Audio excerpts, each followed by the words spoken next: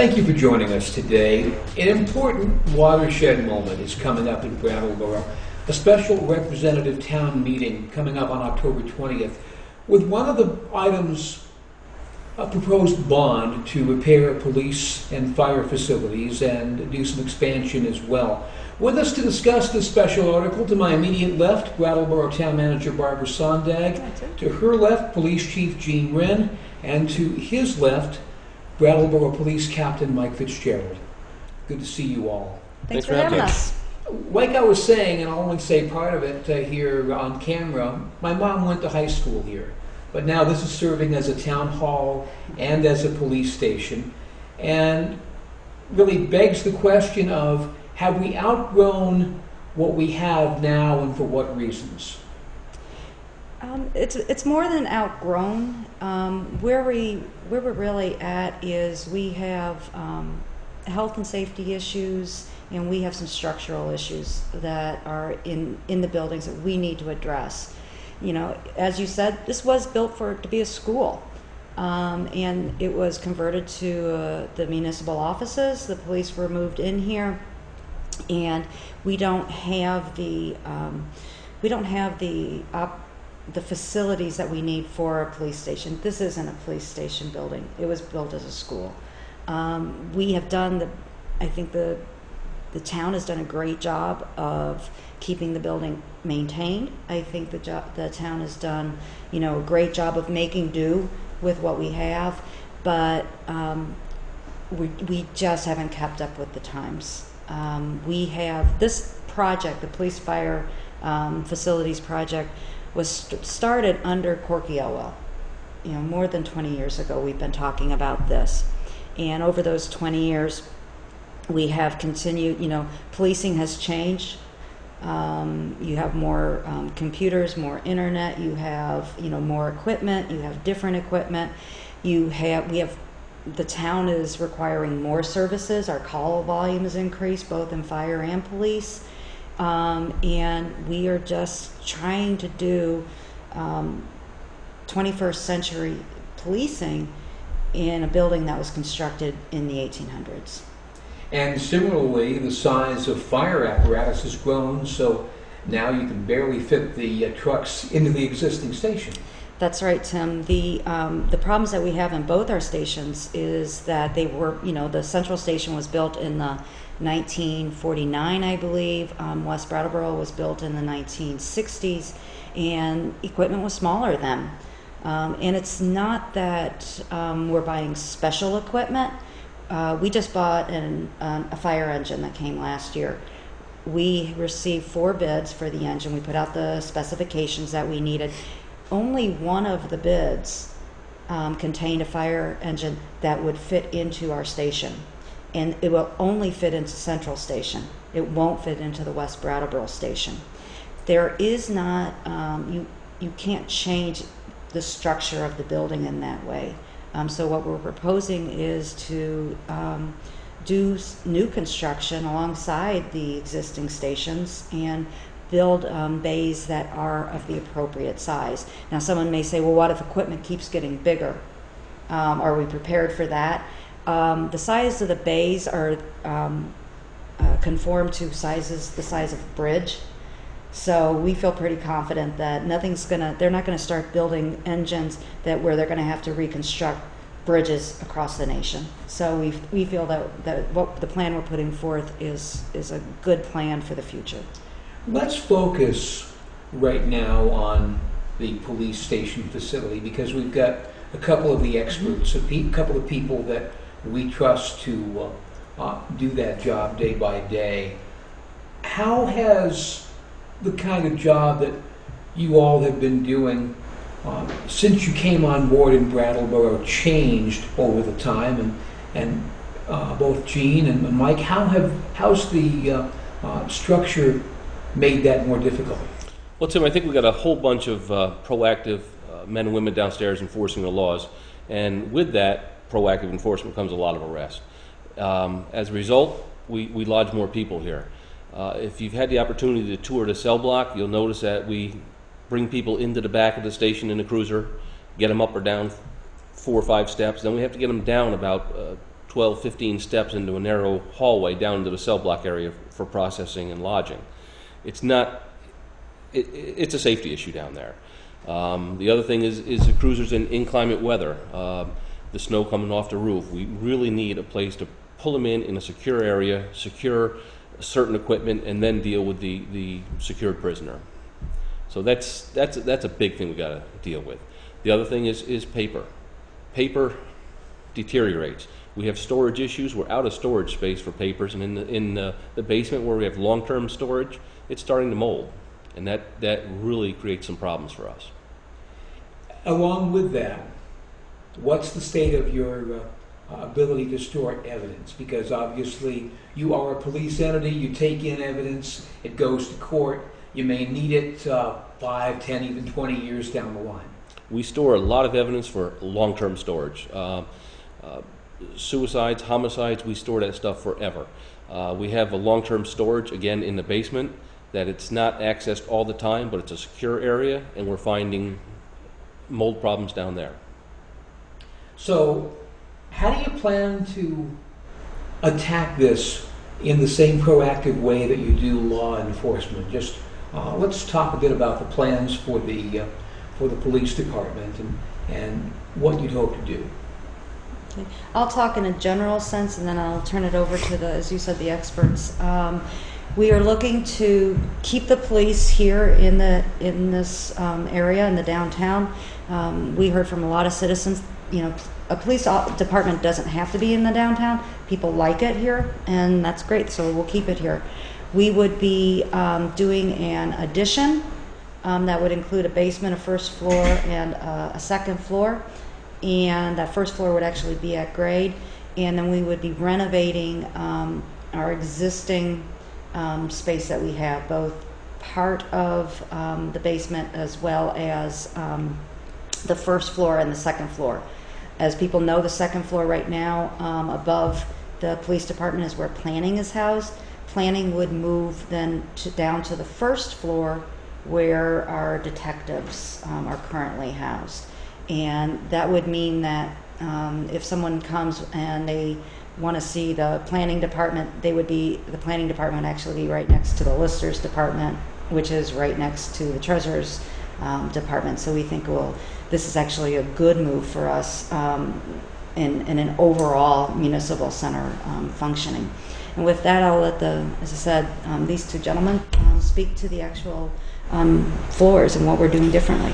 The way the project looks right now, Tim, is that the new basement area will be designed and built with air circulation in mind. Right now, where our records and our long-term evidence is stored, it's a rock foundation. It weeps and it gets moisture problems. So we deal with that moisture problem to secure that for a long term. Currently, evidence for, we'll say, a homicide is kept readily available, accessible real quickly upstairs. After trial, it goes down to a long-term storage where it does not need to be accessed quickly, but it does need to be available, and we want to make sure it stays that way. So we'd look at doing that. The other thing in the basement area, we would be redoing our locker rooms. Currently, we don't have a locker room for male officers and female officers. We have a shared locker room space with separate bath facilities downstairs. So that's a huge issue for us. Now, what would happen to the fact that you currently do have a limited number of holding cells? Would they be changed or go away, and how would that work? Currently, we have 5 holding cells downstairs. The way the project looks now, we would decrease that number to 3 to allow for space to build a sally port and bring them upstairs. Okay, and so you'd still have that possibility of holding someone overnight for a court appearance. Right. The maximum we can hold someone here is 72 hours. That's with the court approval. It's been a while since we've filled all 5 cells at the same time. We like to release people on citation if we're able to do that, or we can transport them to Springfield, the correctional facility.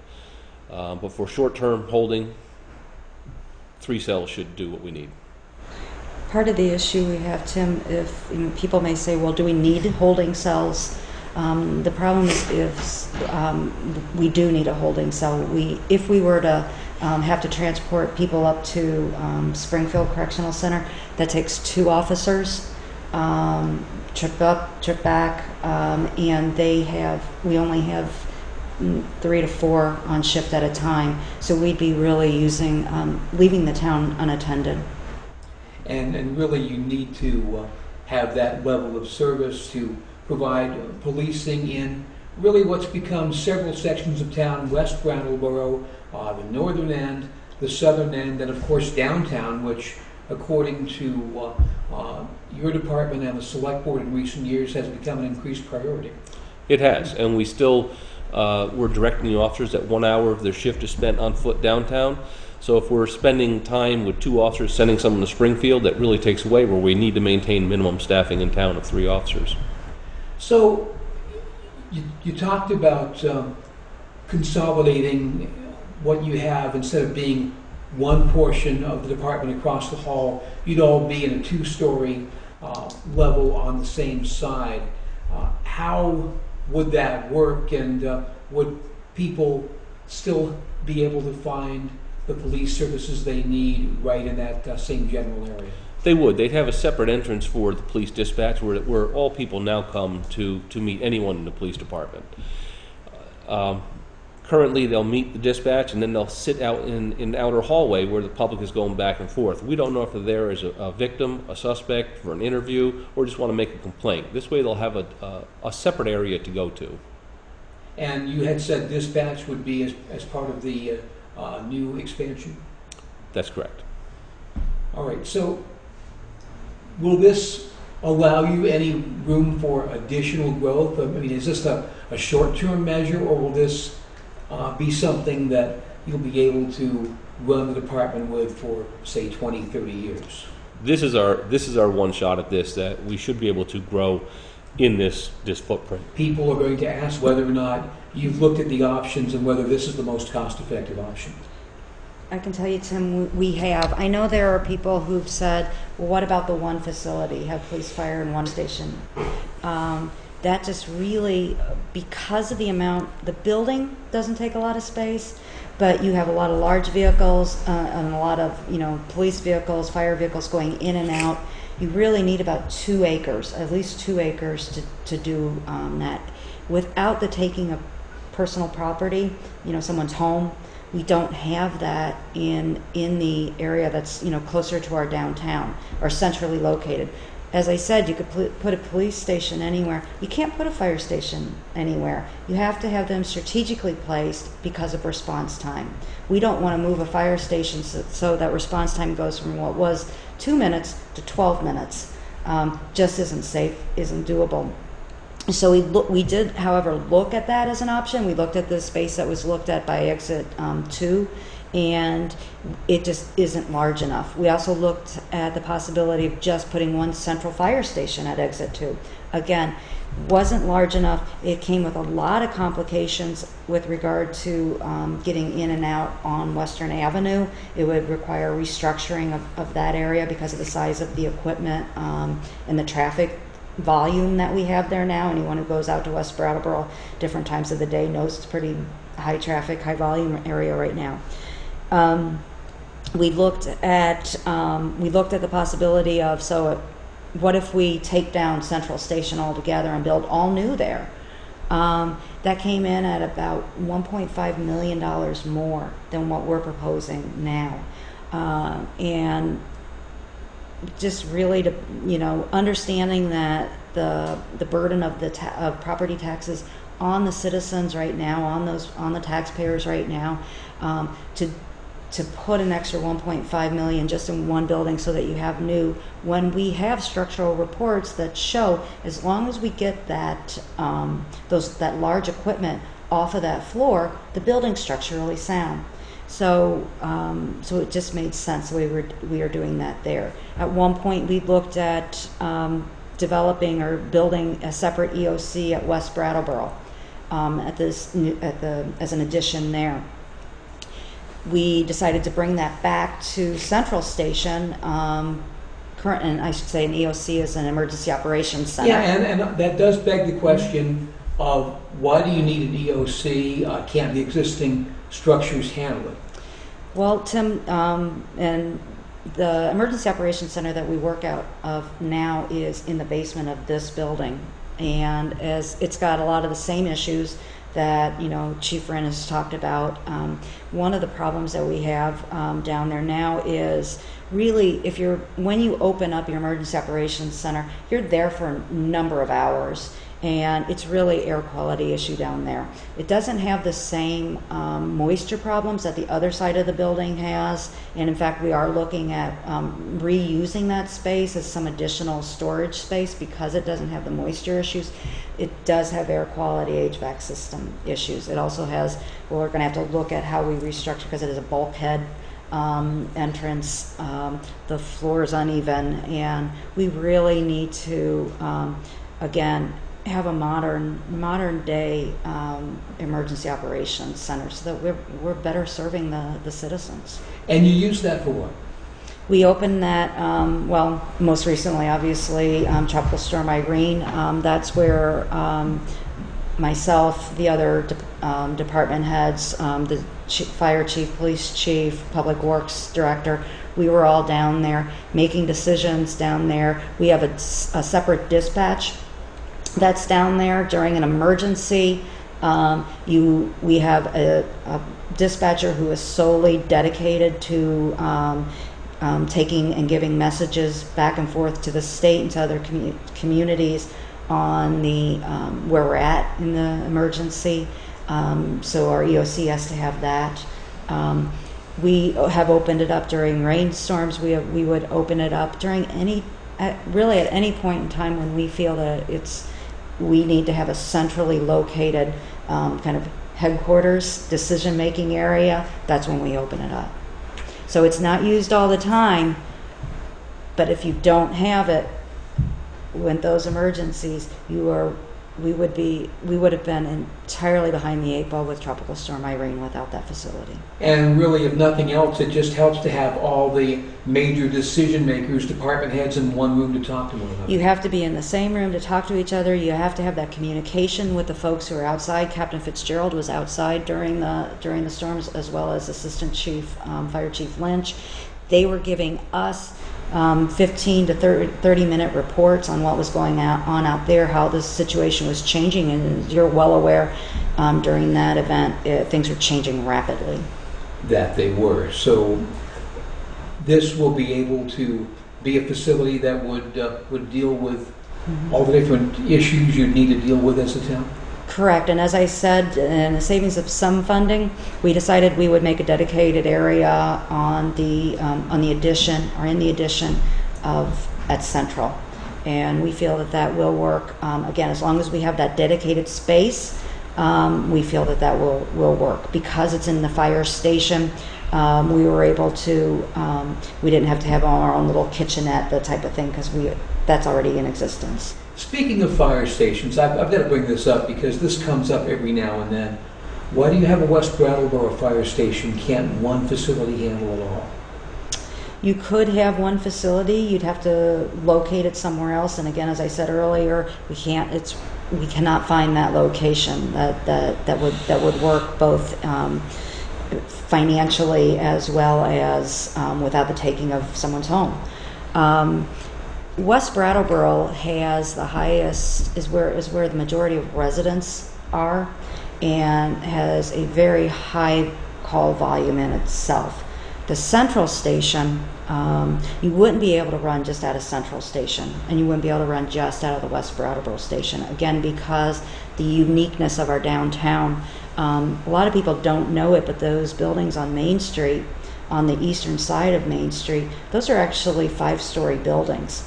You don't notice that because those go down from Main Street level, they go down 2 stories. If we were to fight a fire behind those buildings along the Connecticut, that would be a very dangerous situation. We need to be able to respond to that area rapidly. So you've outlined a tremendous level of need for both police and fire. Got to play devil's advocate here. What happens if you don't have these sorts of things? Would there still be some emergency matters you'd have to fund anyway? Absolutely. I believe that just to let you know, when I first started here about 8 years ago, when we were talking about this, It's been that long. and we were talking about this, I actually had to be convinced of the need. And I am so 100% behind, and I feel that this is an urgent need. I really believe that we've really almost waited too long to do the things that need to be done. Again, we have health and safety issues. We have folks who've signed up to risk their lives to protect us and to protect our properties, and we shouldn't be putting them in harm's way within our facilities. We have air quality issues at our fire stations that need to be addressed. They need to be addressed. We have structural issues. We had to, it was like 10 years ago or so, we've already reinforced the floor at Central Station because it was starting to fall in. We have air quality issues at West Brattleboro Station. We have the residents that are upstairs, the rooms that are upstairs, and we have the fire trucks that are started in the downstairs with diesel fumes. I cannot stress enough the safety issues associated with our officers bringing in suspects. When we think about a suspect, I want you to think about the typical person that's coming in here. Typically, this person is under some influence, either drugs or alcohol. That is a typical situation. So this person's mobility is already compromised. Their decision making is compromised. We have already had officers injured chasing suspects who have gotten away from them while getting out of the car. We are asking our officers to walk up concrete steps, 5 steps. We are asking them to let the suspect in, to ask that suspect to wait, to get another officer in to wait with the suspect while our officer puts his firearm away, and then to walk down these steep steps. Someone's going to get hurt. The air quality in the cells is not adequate for keeping people.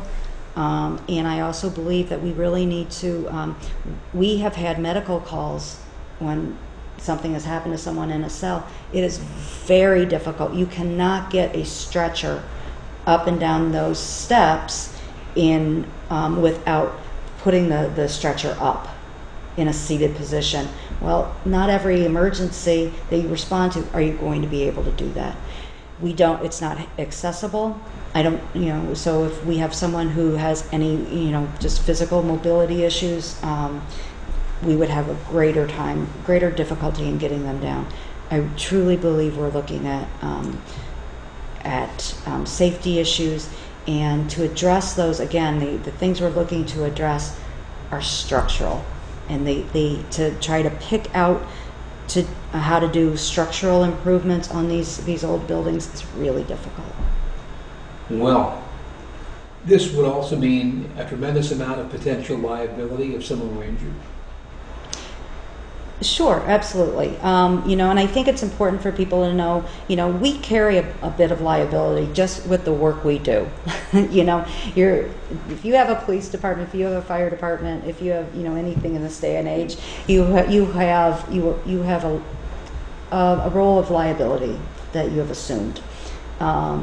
We can reduce that liability by increasing the functionality of our facilities.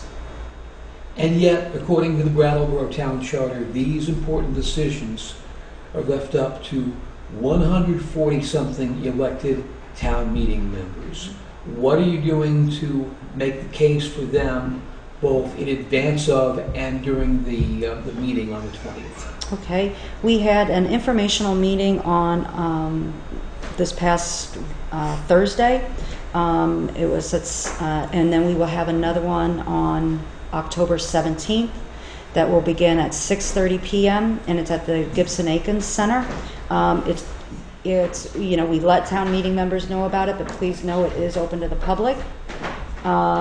We also have 2 open houses. One is tomorrow, this Saturday, October 6th, from 9 to 11 a.m. People are encouraged, again, whether or not you're a town meeting member, come and see our facilities. These are our facilities. Come and see them. Understand the problems that we have. And also understand how great a care we've been taking of these facilities. 9 to 11, go to any of the 3 sites, go to all 3 of the sites, come in and out. You don't have to be at any one particular place at any one particular time. We will have folks available to give a tour. And if you can't make Saturday 9 to 11, October 10th, next Wednesday, from 6 to 8 p.m., we also have a block of time set aside to that will have additional people on staff to give tours of the facilities, to talk about, so that we really want people to see and understand what the problems are that we're trying to address. Because if you don't have a good sense of what the problem is, how are you going to know and be able to judge for yourself whether what the solution we're proposing is good? And we want people to be able to make that decision on their own. People are invited at any point in time. They can stop in at one of our facilities. The reason we're doing real specific times is just so that we have enough people on hand. Because again, we're 24/7. We may have trouble finding somebody if the central fire is out on a call. It may be hard to give a tour at a specific time. So, but at any point in time, feel free to stop in. And the same is true at the Municipal Center. And will there be information available on the town's website? Information is already available on the town's website. All the information that went out to the to town meeting members online, that information is also available down in our town clerk's office in hard copy. And so again, if you have any questions, let us know. I've gotten a couple emails since our meeting on Thursday with I guess that was Wednesday. Wednesday, I apologize. With questions, and we've been happy to answer some of those questions. So, really appreciate the opportunity to have you all explain this. And again, the website is brattleboro.org. Town Manager Barbara Sondag, Police Chief Gene Wren, Police Captain Mike Fitzgerald. Thank you all. Thanks, Deb. And again, the date of the special representative meeting is October the 20th. No doubt you'll see that as well here on BCTV. This is Tim Johnson. Thank you for watching.